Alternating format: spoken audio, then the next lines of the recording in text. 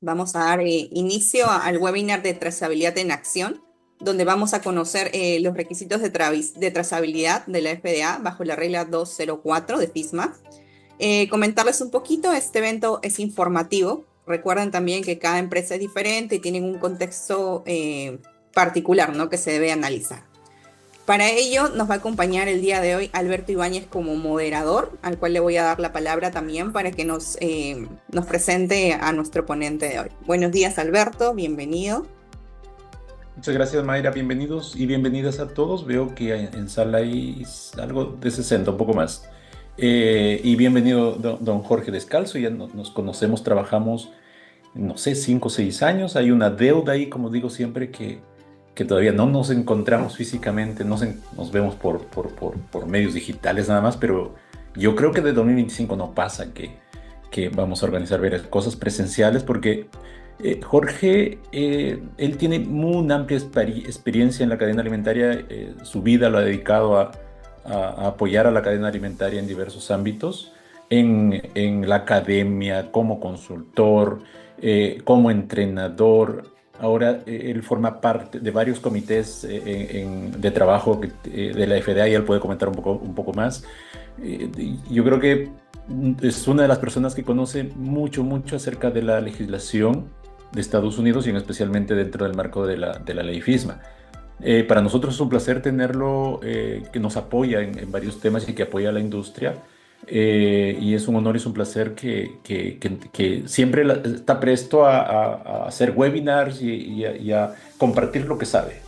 Al final es eso, al final del día es eso. Y una de los motivos del por qué también le pedimos a él, bueno, por lo que sabe, por su entusiasmo que le pone en todo lo que hace, por la información que tiene. Entonces, y hoy día la idea es conversar a modo de información, informativo. Él nos va a contar un poco más sobre, entre comillas, y usted, don Jorge, me corrige si me equivoco, entre comillas, de la regla de trazabilidad, que ya hay cierta información, pero todavía hay detalles que no tenemos certeza de algunas cosas y usted ahí nos va a comentar más. Entonces, la idea es que sea de manera informativa este webinar porque pues posiblemente la información que tenemos no sea completa. Algunas empresas a lo mejor dicen, no, ya viene nueva ley, nuevo reglamento de trazabilidad, ya tengo que capacitarme, ya tengo que hacer lo otro. O sea, uno empieza de repente a hacer un mundo más grande de lo que podría ser. Entonces, don Jorge ahí nos va a ayudar con la información que tiene, que conoce y como experto en estos temas también. Don Jorge, bienvenido, un gusto tenerlo por acá.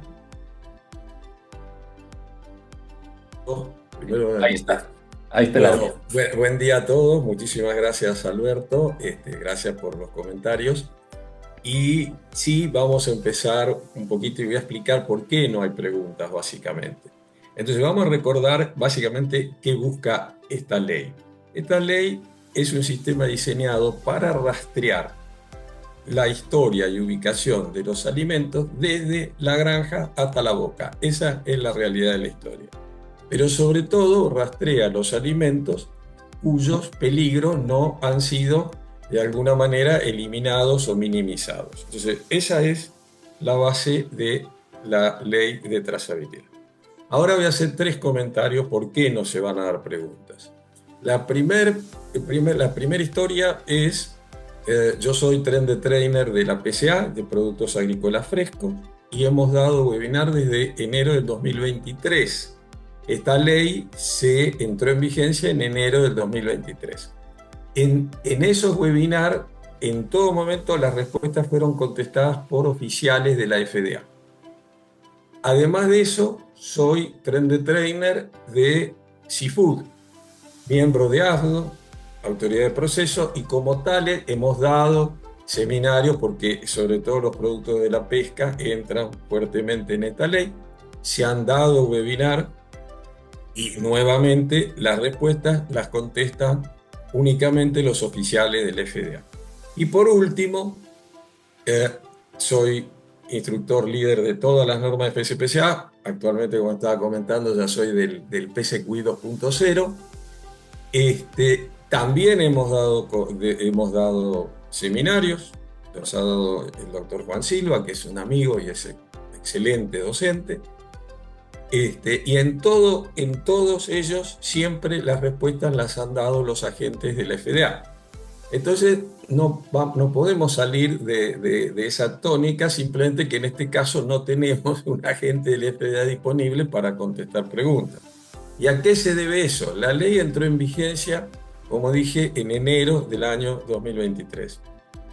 Pero cuando entra en vigencia una ley, hay un plazo para que todo el mundo deba cumplirla, que es el enero del 2026. Aunque algunas empresas importantes de Estados Unidos, como la ley está en vigencia, le están pidiendo a sus clientes que la cumplan. Ahora, todavía no está reglamentada en su totalidad, es decir, la ley no va a cambiar, la ley está clarito. La ley dice, cuando usted llega a una esquina y ve una luz que está en rojo, usted tiene que parar. Pero me falta la reglamentación, qué pasa cuando está en amarilla, qué pasa cuando está en verde, qué pasa cuando está en verde y entrando en amarillo. Entonces, esa reglamentación, esos detalles son los que la FDA está afinando, y de ahí que uno no puede contestar prácticamente nada. De hecho, en este momento hay 2 quesos que estaban en la lista de trazabilidad que se están por sacar.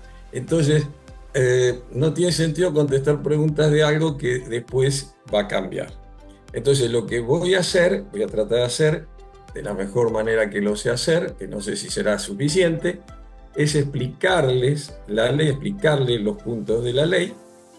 Es muy simple, todavía no hay un curso, va a haber cursos de aprendizaje de la ley, todavía no los hay por la misma razón. Los cursos van a estar probablemente a fines del 2025, y de allí en más cada uno va a tener que trabajar, y los problemas obviamente a las empresas que les están pidiendo ya la aplicación de la ley, y más después de este problema de la cebolla cortada, entran dentro de la ley de trazabilidad. El McDonald's, porque todavía sigue habiendo casos, yo estoy acá en Estados Unidos, ayer a la noche 14 casos más en otro estado con el mismo problema de McDonald's. Entonces, las empresas más todavía le van a pedir probablemente a otras que cumplan con la ley, aunque no está en vigencia. Vuelvo a repetir, la ley no está en vigencia. Entonces vamos a empezar, dejémonos de los comentarios y vamos a tratar de explicar la ley.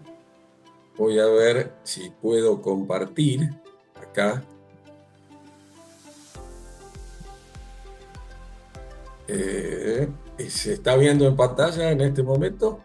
Sí, se ve. Bien, entonces, estas diapositivas son propiedad de la FCPSA, de hecho, está el logo allí, y no se pueden compartir, no se pueden usar, no se pueden copiar, no se puede hacer absolutamente nada, a menos que haya una autorización por escrito de la FCPSA. Yo tuve que pedir la autorización, tenemos la autorización, y aquí estamos dando esto. Entonces, acá hay puntos seleccionados. Estas diapositivas son realizadas después de un webinar que dio la FDA en el año 2022, si no me equivoco, y a partir de allí se fueron haciendo y se van mejorando día a día. De hecho, estas diapositivas en particular tienen 48 horas de vida, o sea, se hicieron muy nuevitas, creo que el lunes fueron, y bueno, yo tuve que traducirlas porque estaban en inglés todavía. Entonces, aquí resumimos los puntos seleccionados que le van a servir, como dice allí, a las personas que cumplan los controles preventivos de alimentos para humanos. Pero en realidad va para todo el mundo. Yo hablando en su momento con Mayra, le comentaba que en realidad hay que hacer diferentes webinars. Hay algunos, esto está muy genérico, hay otros que son muy específicos para seafood, por ejemplo, pero bueno, son muy parecidos, pero no son iguales. Acá estamos en la generalidad, van a tener todo el mundo un conocimiento general y van a tener idea de qué es lo que con qué tienen que empezar a trabajar. Entonces, las fechas, como las conté, se publicó en noviembre del 2022, entró en vigencia el 20 de enero del 2023, quiere decir que está en vigencia. Quiere decir que hoy está en vigencia con las recomendaciones de hoy de la FDA, que son las que yo voy a dar, pero son al día de hoy. Con lo cual, al día de mañana puede haber, siempre hay cambios, pero los mayores cambios son antes de la fecha de cumplimiento, que es el 20 de enero del 2026. Después va a haber seguramente al mes, 2 meses, van a salir guías y va a haber algunos cambios, pero la mayoría de todos esos cambios se va a producir precisamente si se está produciendo desde el 20 de enero del 2023 al 20 de enero del 2026. Entonces, ¿quiénes deben cumplir con el plan de trazabilidad? Personas que fabrican, procesan, empacan o almacenan alimentos, estén incluidos en la lista de trazabilidad de los alimentos. Las voy a dar en inglés porque en realidad todo tiene que estar en inglés. Si bien nosotros podemos llevar apuntes en castellano, cuando la FDA nos lo reclama, dentro del día, lo suma al otro día muy temprano, hay que mandarle todos los reportes y todas nuestros registros en inglés. Así que en realidad es mucho mejor trabajar en inglés directamente y olvidarnos de los problemas. Entonces, cubre a toda la cadena de suministro de alimentos. En principio la cubre totalmente. Después empiezan las excepciones y ahí es donde vamos a trabajar. E incluye tanto entidades extranjeras como nacionales, es decir, dentro de Estados Unidos. Y pueden aplicarse exenciones totales o parciales. Y todavía se está trabajando en esas excepciones. Cuando llegue una diapositiva en particular lo voy a comentar. Entonces, ciertos pequeños productores, por ejemplo, huertas, etcétera, las regulaciones de FISMA, alimentos que reciben ciertos tipos de procesamiento, es decir, yo tengo un alimento que está dentro de la lista, pero le hago una etapa de muerte, que ya vamos a ver cómo la llamamos, pero es un proceso de destrucción de hazards, de peligros.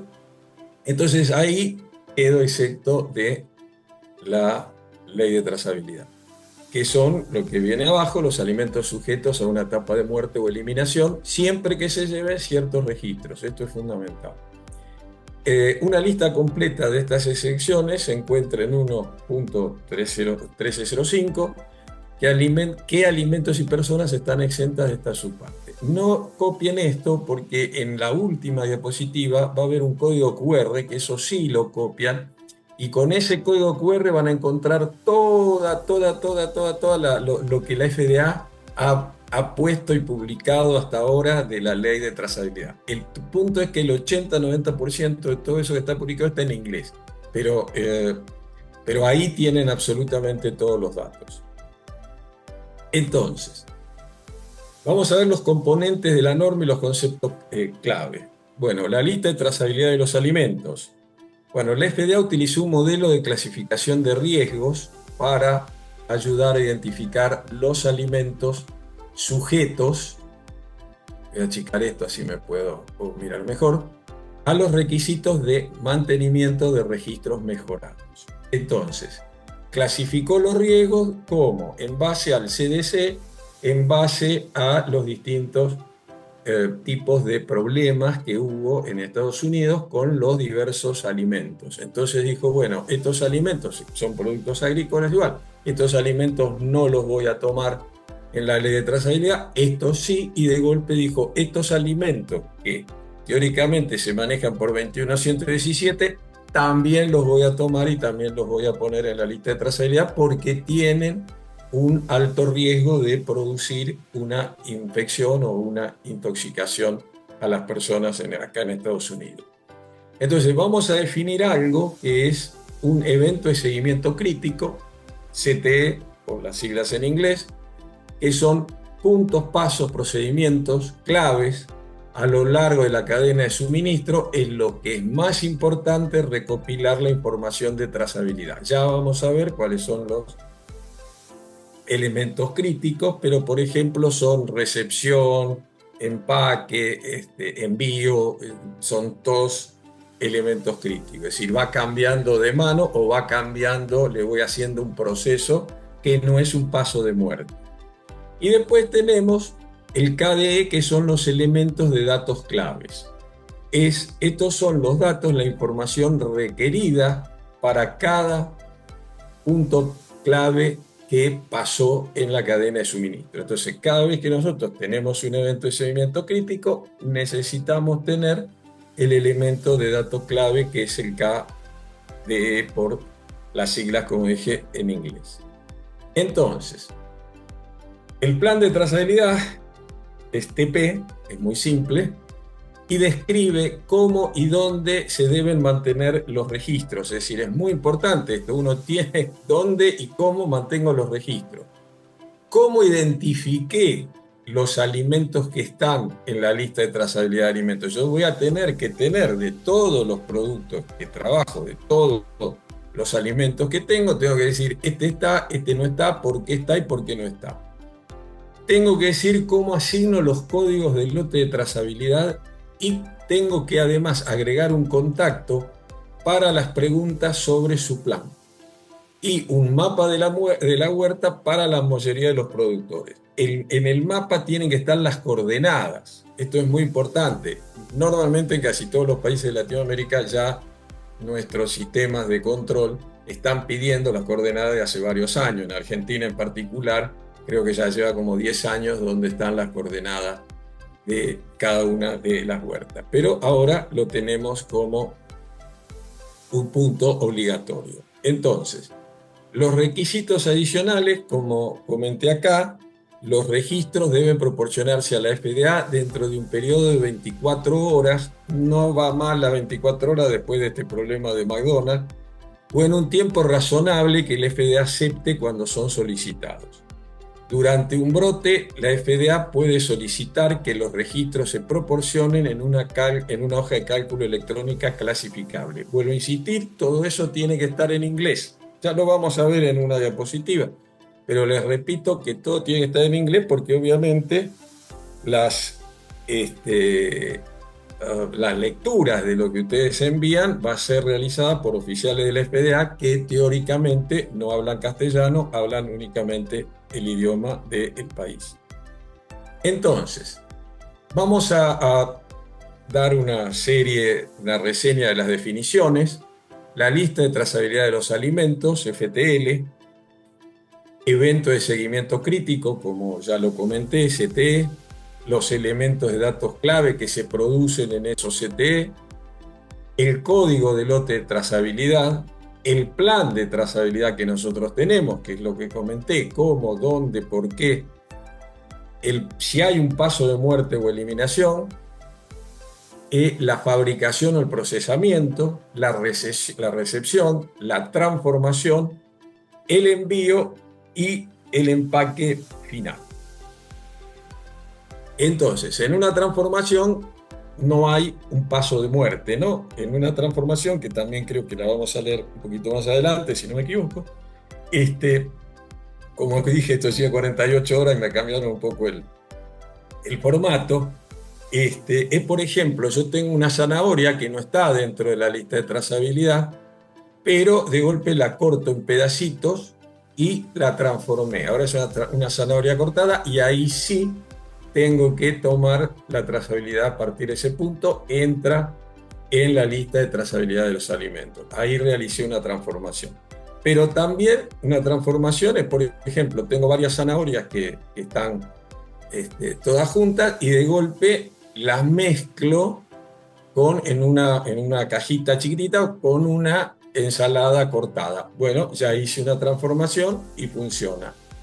La misma ensalada cortada la hice en una bolsa de 500 kilos, después empiezo a reenvasar en bolsas de 1 kilo, ahí hay una transformación y ahí tengo que poner en la norma de trazabilidad de los alimentos.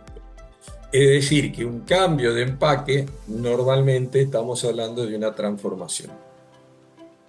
Entonces, la lista de trazabilidad de los alimentos significa la lista de los alimentos para lo que es necesario mantener los registros de trazabilidad adicionales, que son los alimentos cubiertos por la norma o sujetos a la norma. Este término, lista de trazabilidad de los alimentos, incluye tanto los alimentos específicamente listados, esto es muy importante este párrafo, como los alimentos que contienen alimentos listados como ingredientes, siempre que el alimento listado que se usa como ingrediente permanezca en la misma forma, por ejemplo, fresco, en la que aparece en la lista. Entonces, tomamos un caso, yo tengo una pasta de maní, en la pasta de maní está dentro de los alimentos de la lista de trazabilidad, y tengo un higo. El higo no está dentro de la lista de trazabilidad, pero una vez que se me ocurrió ponerle un higo a esa pasta de maní, entonces ahí ya tengo una nueva trazabilidad que es la del higo más la pasta de maní, ese producto que es la pasta de maní con higo.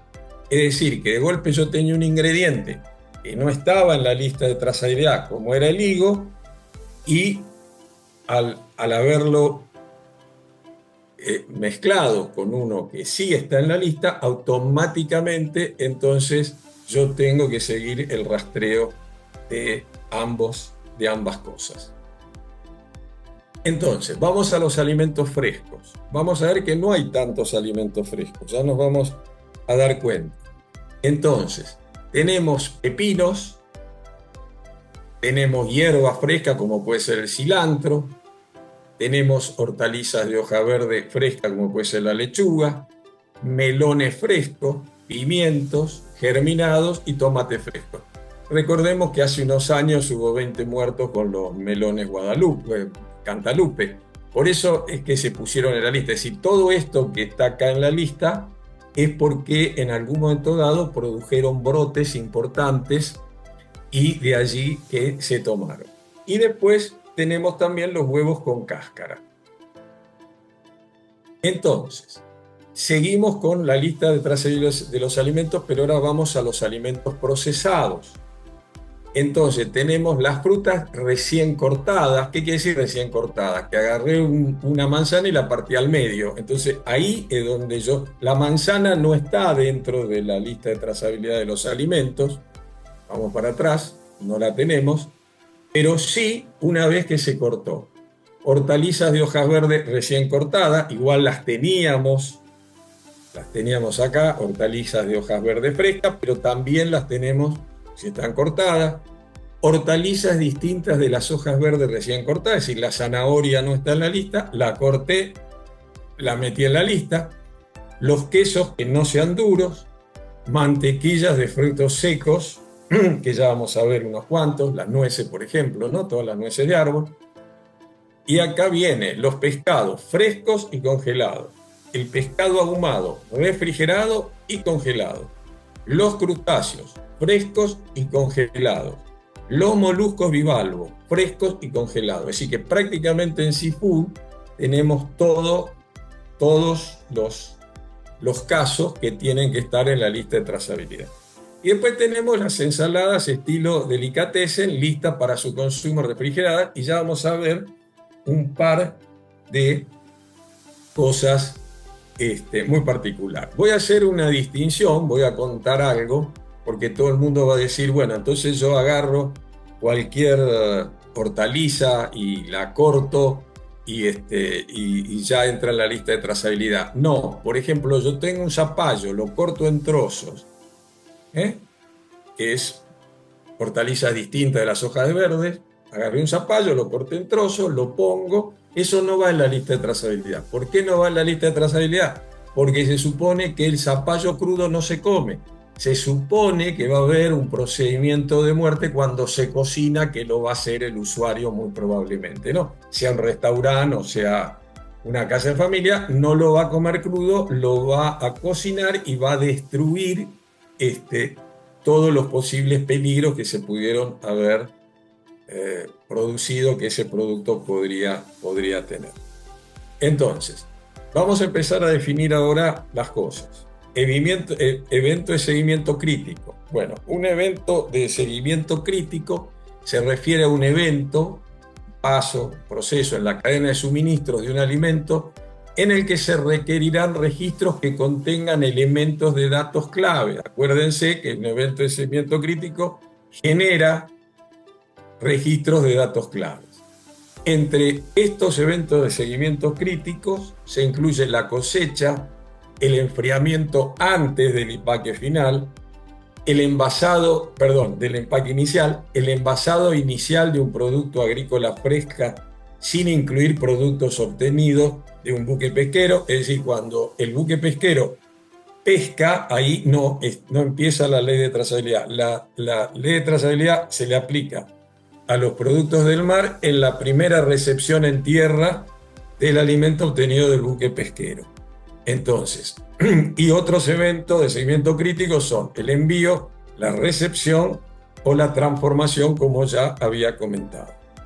Entonces, los elementos de datos clave se refiere a la información asociada con un evento de seguimiento crítico, para el cual se debe mantener y o proporcionar un registro de datos de acuerdo con esta subparte. Está acá. Es decir, yo tengo un paso, ¿no?, que es el evento de seguimiento crítico, y ahí automáticamente tengo que generar un registro que es el KDE, donde me dice ese producto anduvo por acá. La zanahoria acá en la casa de Alberto se trozó y se guardó en un nuevo empaque.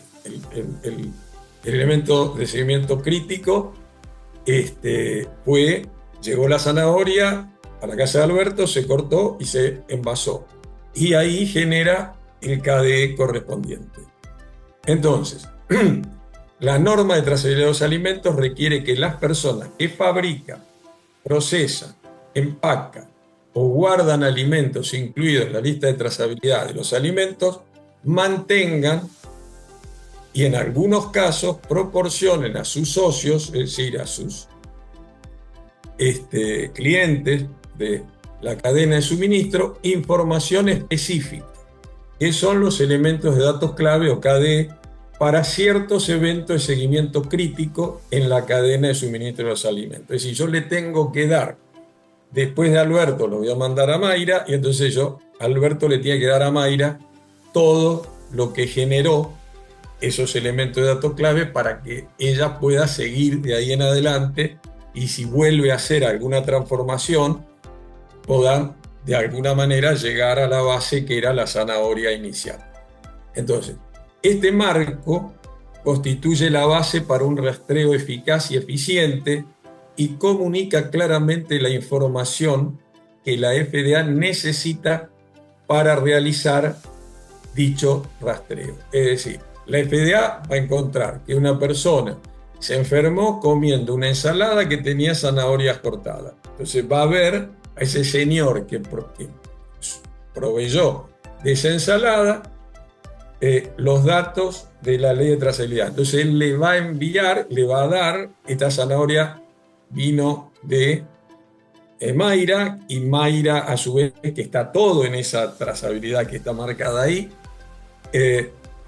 la trajo de Alberto, y Alberto a su vez la recibió de Jorge. Entonces ya saben que esa zanahoria vino de una huerta que tiene Jorge, y con las coordenadas incluso, obviamente la huerta en su momento proveyó, saben específicamente de qué lugar se empezó el brote y a quiénes de ese lugar se envió toda la zanahoria, ¿no? Y así, de esa manera, se controla el brote con muchísima más rapidez, mucho más eficientemente, y no se anda quitando todas las zanahorias a la vez, sino las de esa zona y probablemente las zonas aledañas a esa zona, no solo esa huerta en particular.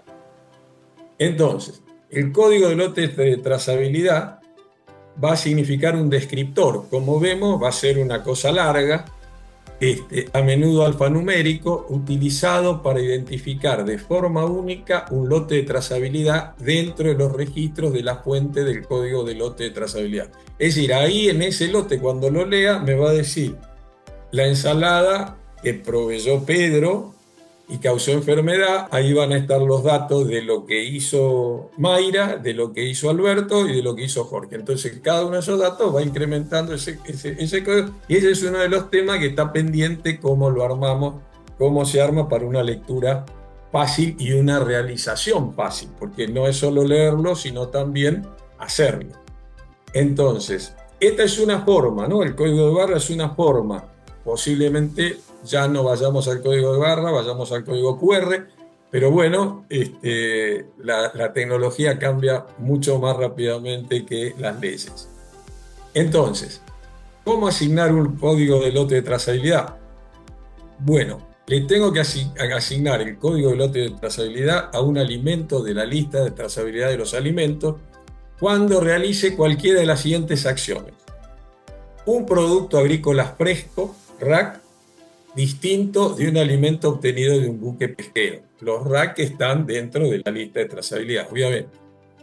O realizar la primera recepción en tierra de un alimento obtenido de un buque pesquero. ¿Sí?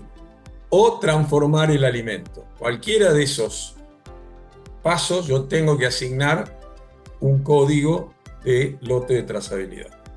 Entonces, si recibo un alimento que está dentro de la lista de trazabilidad, pero lo recibo de una entidad que está exenta de la norma final, porque puede ser pequeña, por ejemplo, por lo que sea, se debe asignar un lote de trazabilidad si aún no se le ha asignado uno, a menos que sea un establecimiento minorista de alimentos o un restaurante. Es decir, si una granja que no está cubierta le vende a un establecimiento minorista o a un restaurante, no hubo nunca un código de trazabilidad.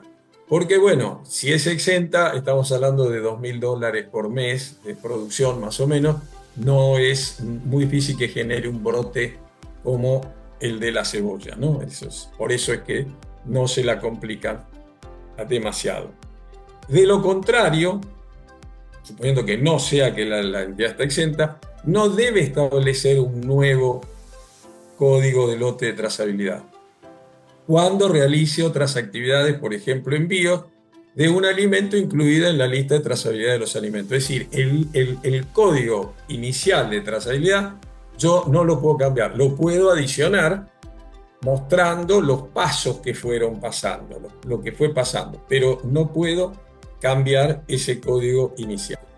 Entonces, el plan de trazabilidad, como lo comenté, es una descripción de los procedimientos internos utilizados para mantener los registros bajo la norma de trazabilidad de los alimentos, que va a estar destinada a ayudar a la FDA a revisar y comprender más rápidamente la información de trazabilidad proporcionada por una empresa que involucra un alimento incluido en la lista de trazabilidad de los alimentos. Acá precisamente el caso de la cebolla, que es actual, lo vuelvo a poner, con los nuevos enfermos que aparecen en el día de ayer en otros estados, quiere decir que esta empresa que producía la cebolla no tenía un plan de trazabilidad lo suficientemente claro para encontrar que estaban también en otros estados ya afuera de los primigenios que empezó el problema. Obviamente la ley, si bien está en vigencia, todavía no está en cumplimiento efectivo, así que no se les puede decir nada. Fíjense que estos datos están extraídos del webinar del FDA del 12 de julio del 2022. Como yo comenté, todo este tema de webinar empezaron básicamente en el 22 con la FDA y el 23 las distintas asociaciones, también siguió la FDA, pero hay permanentemente porque hay cambios permanentemente. Entonces, recepción. La recepción es un evento en la cadena de suministro de un alimento en que un alimento es recibido por alguien que no sea un consumidor después de haber sido transportado, por ejemplo, en camión, barco o avión desde otro lugar. La recepción incluye recibir un envío de alimentos de una empresa desde una ubicación en una dirección particular a otra ubicación en una dirección diferente de la misma empresa. Es decir, cuando yo hago un envío de alimentos de mi propia empresa, porque tengo de golpe mi warehouse 1 principal en Miami y tengo que mandar al warehouse 2 en Fort Lauderdale porque voy a distribuir por Fort Lauderdale, yo ahí estoy generando un movimiento y estoy generando un envío. Y acuérdense que los envíos hay que registrarlos. Entonces, es un evento de seguimiento crítico, ¿no es cierto? Entonces, el empaque inicial. El empaque inicial significa empacar un producto agrícola fresco o que no sea la primera recepción, si la cosecha que hubo de un alimento obtenido de un buque pesquero. Es decir, cuando yo empaco el producto agrícola fresco o ya tengo el pescado para empezar a su cadena de trabajo, ahí es el empaque inicial y ahí es donde empiezo a generar los códigos de trazabilidad. Esto, esta ley de trazabilidad, digamos, se interrumpe de alguna manera si hay un paso de muerte o eliminación en el medio. Entonces, si hay un paso de muerte o eliminación, significa que yo hice un procesamiento de letalidad que voy a minimizar o eliminar significativamente, sí, minimizar significativamente o eliminar los patógenos en un alimento. Entonces, algunos ejemplos de paso de muerte son la cocción, la pasteurización, el procesamiento a alta presión, muy común ahora para los abocados, la irradiación, cualquiera de estos, siempre que esos procesos se lleven a cabo de manera que resulten en un tratamiento de letalidad, como dije, que eliminen o minimicen significativamente el patógeno pertinente. Esto, fíjense, abajo, enero 23 del 2024. Es decir, venimos avanzando de esta manera, se viene avanzando, y de allí que contestar preguntas en un medio que se está trabajando pueden ser preguntas absurdas y respuestas más absurdas. Entonces, transformación. Transformación, que lo expliqué un poquito, pero lo vamos a definir perfectamente, significa un evento en la cadena de suministro de un alimento que implica la fabricación, procesamiento de un alimento o el cambio. Por ejemplo, mezclado, reempacado o reetiquetado. O su empaque o envase, si cambié el empaque o cambié el envase. Cuando el resultado es un alimento que está incluido en la lista de trazabilidad de los alimentos. La transformación incluye el reempaque. Como yo comenté, vengo con 500 kilos de zanahoria cortada, que ya los tengo en la lista de trazabilidad porque corté la zanahoria, pero ahora la reempaco en envase de 1 kilo, ahí tengo una transformación. La transformación no incluye el empaque inicial de un alimento o las actividades que preceden a ese evento.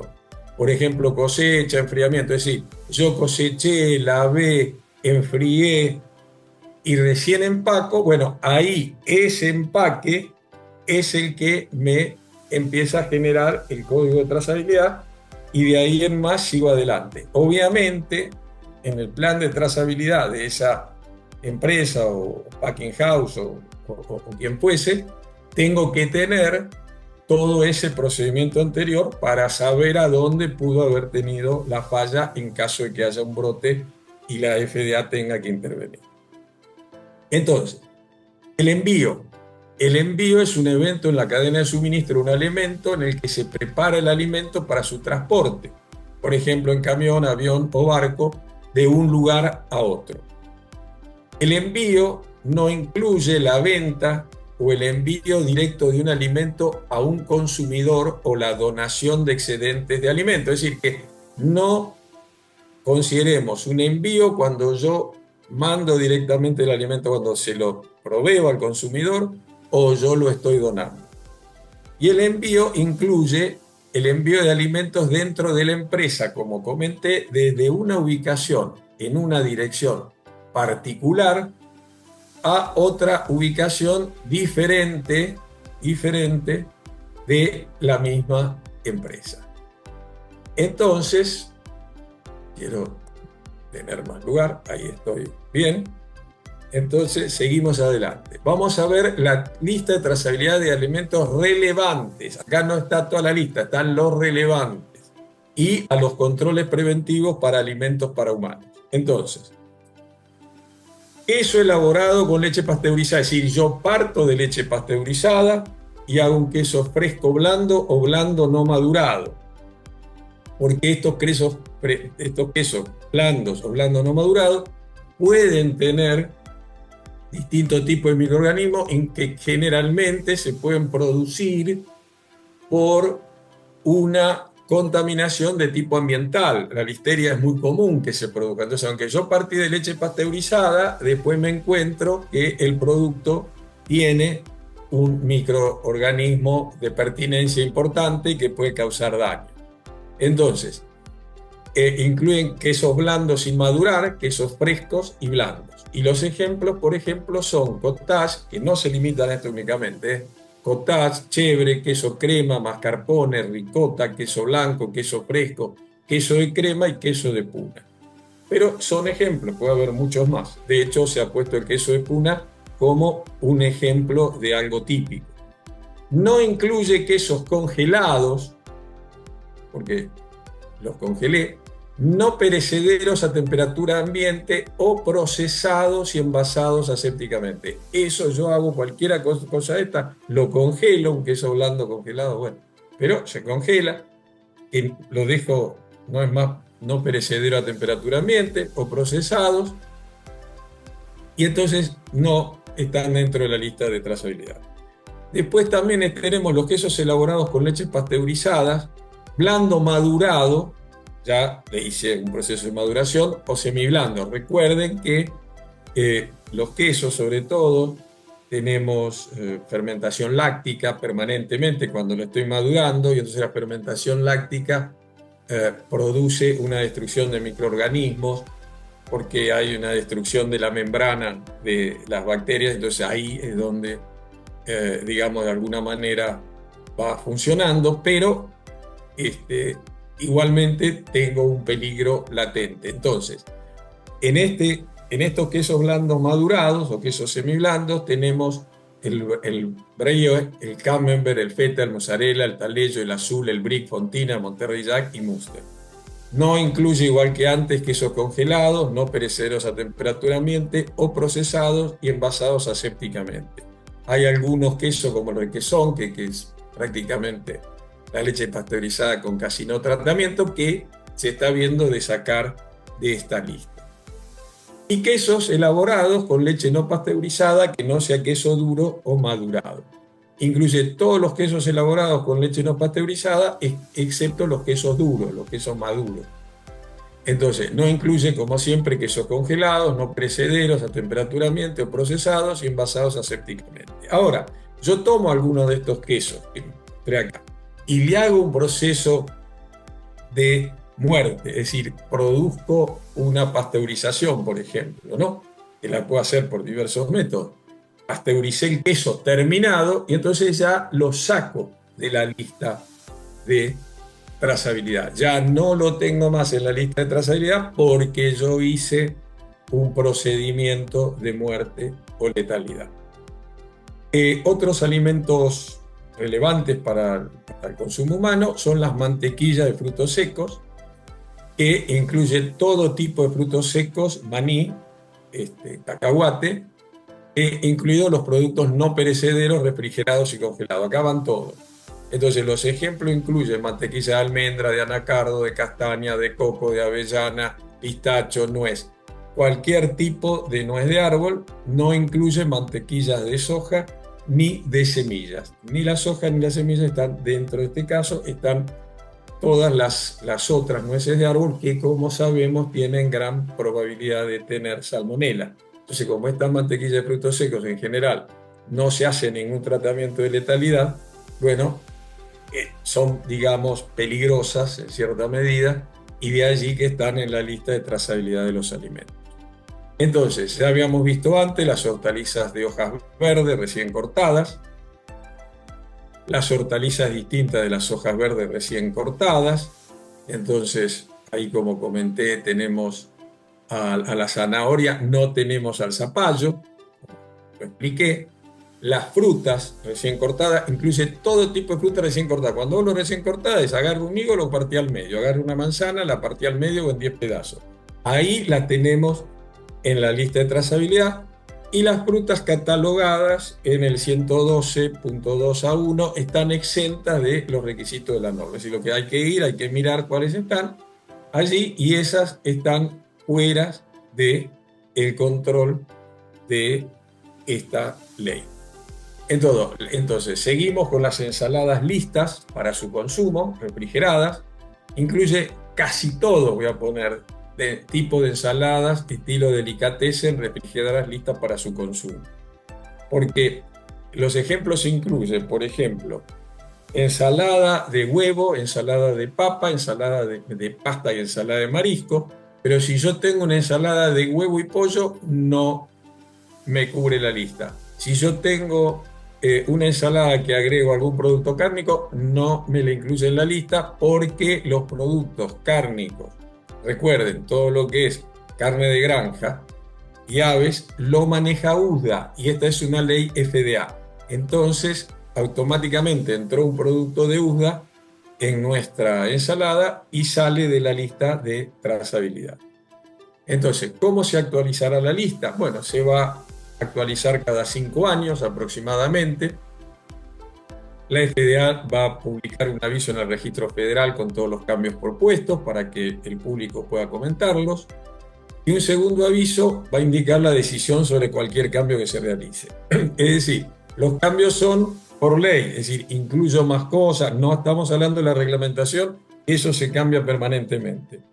Las adiciones a esta lista van a entrar en vigencia 2 años después de este segundo aviso, es decir que los cambios de productos en sí van a llevar, ya estamos viendo, aproximadamente 9 años, ¿no es cierto? O sea que por ahora vamos a tener la lista por un tiempito bastante impoluta y la vamos a tener fija ahí. Los alimentos, en cambio, que sean removidos de esta lista entrarán en vigor de inmediatamente publicarse. Es decir, tenemos, hay un par de quesos que están, como dije, en ese proceso de eliminación de la lista. Entonces, las empresas que están sujetas a esta norma, incluidas las huertas que estén incluidas en esta norma, que no estén exentas, deben tener el plan de trazabilidad que tiene que tener la siguiente información: la descripción de los procedimientos que utiliza para mantener los registros y la descripción de los procedimientos que utiliza para identificar los alimentos de la lista de trazabilidad de los alimentos que fabrica, procesa, empaca o almacena. Esto es lo que tienen que cumplir las empresas que están sujetas a esta norma. Además, tienen que tener una descripción de cómo asigna los códigos de lote de trazabilidad. Ese código de barras, código QR o lo que sea, tiene que tener la descripción de cómo los asigna. Tiene que haber un punto de contacto para preguntas relacionadas con su plan y registro de trazabilidad que esté permanentemente disponible. Y si cultiva o cría un alimento que no sean huevos, un mapa de la huerta que muestre las áreas en que cultiva o cría dichos alimentos. Como dije, es necesario las coordenadas y en el caso de la acuicultura no solo son necesarias las coordenadas, son necesarios que diga en qué piscina, en qué pileta o en qué contenedor a dónde estuvo la cría de ese producto de acuicultura. Entonces, debe actualizar el plan de trazabilidad según sea necesario para asegurarse que la información refleje las prácticas actuales y para asegurarse que siga cumpliendo con la norma, pero debe conservar el plan de trazabilidad previo durante 2 años después de actualizar el plan. Es decir, que yo siempre tengo que tener 2 años anteriores todos mis datos. Yo cambio mi plan, no importa, yo tengo que seguir teniendo hasta que pasen los 2 años y me quedarán solamente los datos de mi plan actual, pero mientras tanto yo tengo que conservar todos los datos de trazabilidad que tenía. Entonces, como dije, la regla de trazabilidad requiere que todos los que están incluidos en ella mantengan y proporcionen a sus socios, clientes de la cadena de suministro, elementos de datos clave para ciertos eventos de seguimiento crítico, CTE, en la cadena de suministro de alimentos. Es decir, cada vez que yo hago un procedimiento o paso, pácate, yo tengo que estar con mi dato clave. Este marco constituye la base, como comenté, para un rastreo eficaz y eficiente y comunica claramente la información que la FDA necesita para realizar dicho rastreo. Entonces, el código de lote de trazabilidad, TLC, una vez establecido durante el PAC inicial, no puede ser cambiado hasta que el alimento se transforme. Es decir, yo solo voy a cambiar el código inicial cuando transforme el alimento. Salvo que se especifique lo contrario, no debe establecer un nuevo TLC cuando realice otras actividades, por ejemplo, envío. En un envío yo realicé una actividad, pero no realicé una transformación. Entonces no tengo que cambiar el lote de trazabilidad inicial, sino generar que hubo un evento que se produjo, que fue el envío. Entonces, para un alimento que no está, por ejemplo, en la lista de trazabilidad, manzanas, el procesador de alimentos crearía ese código de lote de trazabilidad cuando corté las manzanas. Tengo fruta recién cortada. Entonces, ahí creo mi código de trazabilidad. Obviamente yo voy a saber de dónde vino esa manzana, pero en mi código de trazabilidad va a aparecer Jorge empezó con estas manzanas que están cortadas. Entonces, los registros que se debe mantener y que vinculen esta información al lote de trazabilidad. El código de lote de trazabilidad es obvio, pero la cantidad y unidad de medida del alimento en ese lote. Por ejemplo, 6 cajas, 25 recipientes de plástico reutilizables, 100 tanques, 200 libras. Tengo en mi código de lote, tengo que poner exactamente la cantidad y unidad de medida del alimento. ¿Cómo lo medí? Por kilo, por caja, por bandeja, eso tiene que quedar claro. La descripción de producto del alimento, ¿no? Que sean manzanas cortadas, manzanas mezcladas con peras cortadas, manzanas y peras cortadas. ¿Cuál es lo que yo tengo en ese producto? La descripción de la ubicación del destinatario inmediatamente posterior, que no sea un transportista del alimento, ¿eh? La descripción de la ubicación desde donde se envió el alimento, es decir, de dónde yo lo mandé. La fecha en que envió el alimento, hay que poner la fecha de envío. La descripción de la ubicación de la fuente del código de lote de trazabilidad o la referencia de la fuente del código de lote de trazabilidad y el tipo de documento de referencia y el número de documento de referencia. Es decir, hay que darle todos los datos, tiene que estar todo absolutamente claro, de dónde vino, cuándo fue la fecha que se generó el código, cuál es la cantidad de alimento involucrado, cuál es la descripción del producto. Todas esas cosas tienen que estar dentro de mi código de lote de trazabilidad. Entonces, vamos a los elementos clave de transformación. Entonces, cuando yo tengo un evento de seguimiento crítico, un CTE, que es una fabricación, procesamiento de un alimento, el cambio, mezclarlo, reempacarlo, lo que sea, cuando el resultado se me da y se me va en la lista de trazabilidad, bueno, ahí yo tengo que generar un KDE. Entonces, es necesario mantener registros de todos los alimentos de la lista de trazabilidad utilizados como ingredientes en la transformación. Si un alimento utilizado como ingrediente no está en la lista de trazabilidad, no es necesario mantener registros para ese ingrediente. Solo se requieren registros para el alimento que está en la lista de la FTLE producido a través de la transformación. Es decir, yo tengo mi manteca de maní, mi higo, lo metí, a partir de ahora tengo el registro de mi manteca de maní con higo. Y de ahí en más sigo con mi dato de transformación. Entonces, los KDE de transformación no se aplican cuando un producto agrícola fresco se transforma antes de ser envasado inicialmente. Solo se aplicarán los KDE del empaque inicial. Los establecimientos minoristas de alimentos y los restaurantes están excluidos de los requisitos de transformación de los alimentos si estos no envían vía correo el alimento. Es decir, los alimentos que venden o envían directamente a los consumidores. Esos están exentos. Todo lo demás, no. Si yo empiezo a hacer una distribución por internet tipo Amazon, bueno, no. Ahí ya tengo que seguir con mis KDE. Entonces, los registros de trazabilidad de la transformación.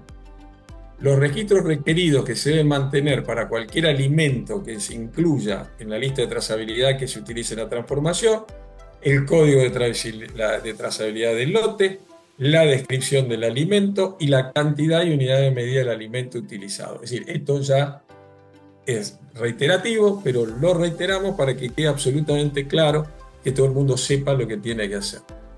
Entonces, para los alimentos que están dentro de la lista y que se hace una transformación, se debe mantener registros que contengan la siguiente información: el nuevo código de lote de trazabilidad, es decir, estoy generando algo nuevo, el nuevo código; la descripción de la ubicación en la que transformé el alimento, es decir, el código de la fuente del lote de trazabilidad; y si corresponde, la referencia del código de lote de trazabilidad, si corresponde; la fecha en que se completó la transformación, la descripción del producto alimenticio, la cantidad de unidades y el tipo de documento de referencia. Es decir, tenemos que generar lo mismo prácticamente cuando hacemos una transformación que el comienzo de nuestra trazabilidad. Es decir, cada vez que hacemos un proceso de transformación, yo tengo que volver a la fuente. Entonces, los registros deben ser originales, legibles en papel. En este caso no tenemos que cumplir con el 21 CFR11.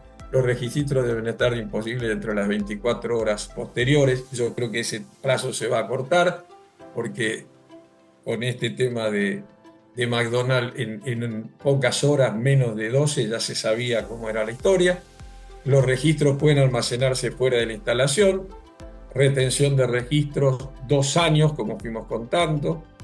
Y durante un brote, los registros deben proporcionarse en una hoja de cálculo electrónica clasificable dentro de las 24 horas posteriores a la solicitud, aunque se la hayan hecho por teléfono. Vuelvo a insistir, estos datos creo que hay que cambiarlos. Se está viendo claramente 24 horas en mucho tiempo.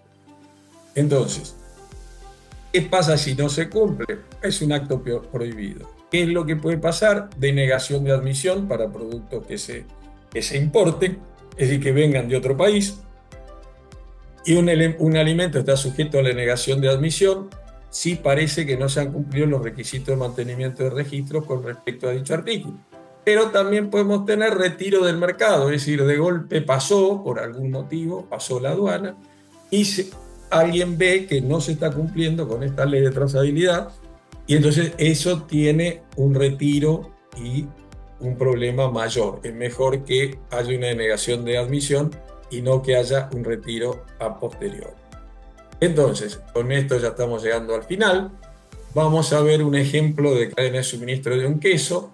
Entonces, el quesero, que está acá, es el manufacturero, recibe la leche, que no está en la lista de trazabilidad, recibe la sal, recibe los distintos elementos de maduración, recibe también algún otro tipo de agregado que le va a poner, y entonces ahí va a generar un código de trazabilidad porque el queso ya lo lleva. Y lo va a enviar con el KDS correspondiente. Va a haber un distribuidor que lo va a recibir, y ese distribuidor le va a agregar su KDS, es decir, va a agregar, yo lo recibí y no le hice nada, se lo mandé a un establecimiento que va a tener su KDS correspondiente. Y así va a seguir la cadena.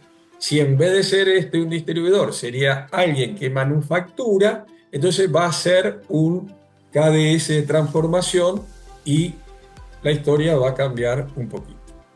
Entonces, acá tenemos el código de barra, el código QR. Pueden tomar, si quieren, la foto de ese QR. Le estoy dando tiempo para que lo hagan. Y con ese QR van a tener todos los recursos adicionales que la FDA pone a disposición, y de ahí pueden sacar las ideas correspondientes. Entonces, bueno, hemos terminado un poquito fuera de hora porque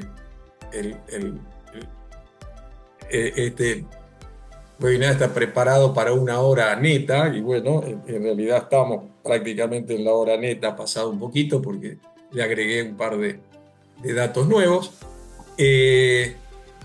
Y creo que con esto, acá tenemos otros recursos adicionales, pero los tienen con el QR, y todo este tipo de cosas la pueden sacar de el QR, que espero que todo el mundo haya de alguna manera copiado. Entonces, bueno, acá damos el final. Es muy feo decir me voy sin contestar ninguna pregunta. Eso lo hice una vez con FSBP, cuando recién empezaba el FSBP, y expliqué el FSBP y digo, no se contestan preguntas, porque no teníamos idea de lo que podíamos contestar. Esta es la realidad. Cuando uno no contesta preguntas es porque no tiene clara la respuesta, que es el caso en este momento. Las cosas van cambiando. Si miramos este mismo seminario, este mismo webinar del año 23 que fue el primero que lo dio la PCA, vamos a ver que hay muchos cambios. Y entonces voy a decir, ¿pero cómo? Y sí, bueno, hay cambios, y cambios que son importantes en el manejo de la historieta, ¿no? Entonces, bueno, ahí vamos. O sea, se hace hincapié que cuando se corta una hortaliza, si la hortaliza no se va a consumir en caliente, no se va a consumir, perdón, en frío, y se va a hacer un proceso de cocción, lo saqué, no está en la lista de trazabilidad. Entonces, por ejemplo, es un concepto tal vez muy simple, muy pequeño, pero que no estaba. Entonces la gente que de golpe agregaba zapallo, cortaba zapallo, y pucha, tengo que cumplir con toda una ley de trazabilidad cuando lo van a cocinar. Bueno, no la tiene que cumplir porque lo van a cocinar. Así que... Sí, muy bien. Don Jorge, muchas gracias. Una pregunta que hace Verónica. No hay respuesta. No hay respuesta. Pero a ver si... porque yo creo que está dentro de la ley, pero dice, ¿el código de trazabilidad es único? Yo lo que entendí, a ver, déjame, lo que yo entendí, usted me dice si me equivoqué, es que cada actor, digamos, de la cadena va a ir agregando sus códigos. Exactamente. Cada actor que haga algún procesamiento, que haga algo, por ejemplo, la recibí, como le digo, Mayra genera el código porque es el comienzo, o Jorge genera el código el primero, se lo mando a Mayra va a recibir, va a enviar, va a hacer otra cosa, va a agregar, porque la FDA tiene que saber de dónde vino al principio y quiénes lo fueron pasando en el medio, porque a lo mejor hubo un problema en el medio, un queso que de golpe no se refrigeró bien, algo que pasó en el medio. Entonces, cuidado, tengo que analizar todos los pasos, ¿no es cierto? Entonces yo voy agregándole, por eso lo que se vio, ese código de barra general, es enorme. Entonces yo voy agregando los KDE, que serían los elementos de datos clave. Yo le voy agregando esos KDE cada vez que va. ¿Cómo se van a agregar? Todavía no sé, yo no sé. Todavía no debe saber, yo Correcto. no lo sé. Correcto, entonces ahí está, Verónica está respondida. No va a ser un código único, si nos referimos a que va a ser un código único. Va a viajar. Va a ser un código único. El código único me va a referir a Jorge. Yo voy a tener un código único. De cada actor, ¿no? Voy a ir agregándole cada cosa que va haciendo cada uno. Correcto. Entonces, pero eso puede cambiar. Correcto. Esto es lo bueno. Por eso no me gusta contestar esto, porque eso puede cambiar. De golpe se le ocurre, no hagamos cambios, los KDS llevarlo interno y no lo pongan en la etiqueta porque no la podemos hacer. Porque acá viene el tema. Fantástico, vamos a hacer una etiqueta que vamos agregando cosas, ¿se puede? Después va a venir la pregunta, ¿se puede? ¿La podemos hacer? ¿Hay elementos para hacer eso? ¿Hay sistemas para hacer eso? De hecho, hay un sistema, si miran ese código QR, hay un sistema que el FDA, ya previendo eso, pone un sistema gratuito, porque ¿cuánto vale ese sistema? $3 millones, no me sirve. Entonces hay un sistema gratuito que teóricamente va a hacer ese proceso, que si uno entra va mirando y va viendo cómo es, pero que es más, yo he dado física nuclear y todo ese tipo de cosas, porque soy doctor en físico-química originariamente, me es más fácil que ese código de barra. Es decir, no es una cosa simple. Entonces, por eso tenemos que ver después, o sea, por eso digo que falta. El reglamento, correcto. El reglamento y cómo se ejecuta. Siempre recordemos lo mismo. ¿Se puede hacer? ¿Es posible hacer lo que estamos diciendo? Correcto. O sea, hasta el día de hoy es totalmente está la ley. Hay ciertos conceptos clave como los KDE, el propósito de ir... Lo clave es la lista de productos que de golpe un producto que es un producto agrícola, vuelvo a insistir, la manzana no tengo que estar en la lista de trazabilidad, pero le hice un corte a la manzana, ya lo tengo que poner en la lista de trazabilidad. Es decir, Correcto. cada vez que agarro, hay ciertas hortalizas que ya están declaradas porque produjeron, el cilantro produjo enfermedad, entonces ahí están las hierbas. La lechuga per se produjo enfermedad, entonces ahí está. El melón produjo enfermedad, ahí está. Los pimientos produjeron, ahí están. Pero después la manzana no produjo, entonces no está. Pero si la corté, yo al cortar estoy agregando, puedo agregar estafilococosaurio, puedo agregar cualquier cosa. Estamos hablando microbiológicamente. Entonces, ahí la tengo que meter en la lista de trazabilidad. La tengo que controlar. Ahora, en la lista de trazabilidad voy cambiando. Yo la corté, la guardé en una bolsa grande, después se la mandé a Mayra y Mayra agarró, la puso en 10 bolsitas chiquitas y ahí hubo un toqueteo, un manoseo, un manejo que me puede alterar el producto. Ahora, yo tengo que saber si ese producto, de alguna manera, a ver, si la manzana vino porque el primero que la cortó fue el que hizo las cosas mal y no tenía buenas prácticas de manufactura, o el que lo reempacó y lo cambió fue el que hizo las cosas mal y no tenía las buenas prácticas de manufactura. Bueno, para eso tengo que hacer todo el desarrollo y tengo que tener el código de barra de cada uno de los pasos, lo que fuese, y después tengo que ir y analizar a uno de esos. Voy a tener que ir a inspeccionar como FDA a cada uno de esos y mirar qué pasa. De entrada, cuando pasó el proceso con McDonald's, hubo dos hipótesis: la cebolla cortada o la carne. Fue lo más rápido que se hizo, las 2-3 primeras horas. A la quinta hora ya se sabía que eran la cebolla, pero hubo un proceso de investigación. En este caso, como era grande, fue muy rápido. A veces hay en estados más alejados problemas de llegar o no llegar, y eso se tarda más. Pero básicamente es así la historia, ¿no? Saber el recorrido, qué fue pasando a lo largo del recorrido. Correcto, correcto. Yo creo que queda claro, o sea, hay conceptos claves ya en la ley. Queda claro que el reglamento todavía no está, pero hay una fecha de cumplimiento. Está, pero cambiando. Cambiando. Y hay una fecha de cumplimiento, que es enero del 2026. En enero del 2026 está con el reglamento que está y se cambia. Perfecto. Pero nosotros hemos visto cambios profundos el año pasado, el comienzo del 24. En diciembre del 23 se cambia, en enero del 24, en diciembre se cambia 2 veces y en enero una tercera vez la cantidad de metales pesados en alimentos para infantes. O sea, se cambió 3 veces sucesivas a lo largo de un mes. Quiere decir que de golpe viene el primer cambio, yo me adapté, digo, no, estoy cumpliendo, y 10 días después cayó el segundo cambio. Bueno, me estoy cumpliendo, y a los 20 días cayó el tercero, y ya no estoy en cumplimiento. Es decir, estas cosas pasan porque son cosas nuevas, y es como cuando cuando uno compra un teléfono, y los primeros teléfonos suelen tener problemas, ¿no? Siempre es mejor esperar un poquito que los teléfonos estén probados y que funcionen para ir y comprarlo. Bueno, esto es lo mismo, se va viendo. Dentro de la enorme desgracia de esta contaminación de McDonald's van a surgir un montón de cambios dentro de esta ley de trazabilidad, con seguridad, porque esto enseña mucho. La FDA va a ver dónde tuvo los problemas, dónde tuvo las trabas, qué pasó. Vuelvo a insistir, se escaparon, hay 12, 18 casos nuevos. ¿Y cómo puede ser? La gente, McDonald's, fue y comió la hamburguesa y caso, ¿no? ¿Cómo fue que McDonald's no miró esa cebolla? ¿Qué pasó? Correcto. Bueno, pero pasó. Correcto. Porque esto fue anoche y no sé si hoy no habrá más. Yo me entero en el noticiario de la noche. O sea que a lo mejor hay más casos ya a esta altura. Entonces, todo esto son enseñanzas que se van a aplicar, se van a poner en la reglamentación y se van a tener que cumplir. Esto es así de paso. Correcto. Muy bien, muy bien. Y ahí hubieron un par de preguntas más que respondí de forma directa porque estaba dentro de la información. Pero bueno, entonces hay que estar, como se dice, por el sur o por algunos países, hay que estar el aguaite, hay que estar revisando.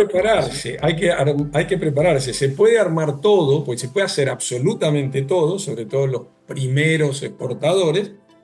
Pueden armar todo esto, tienen que saber que tienen que tener las coordenadas, cómo tiene el producto, hasta pueden armar un código QR, después lo reformularán, porque ellos en realidad no van a ser los del problema. Ellos van a generar, o sea, el primigenio que manda las cosas va a generar su código respectivo y lo va a enviar. Los problemas van a ser los muchachos del medio. van a tener que agregar los datos del medio. No sé si soy claro. Pero Correcto, para correcto. todos los que, prácticamente los que están en este seminario, supongo que casi todos son de actividad primaria, aunque sean una empresa de seafood, ella es la que recibió el pescado y empieza a generar el código. Entonces, ellos ya se puede trabajar, con estos datos de seminario pueden trabajar perfectamente. Lo único que Sí, sí. tienen que tomar distancia, tienen que hacer una lista de los productos que están permitidos, lo que no están permitidos. En los datos con el código QR tienen, pero definido uno por uno todo, lo pueden leer muy fácilmente y pueden trabajar perfectamente. El problema creo que viene en el paso siguiente. Correcto.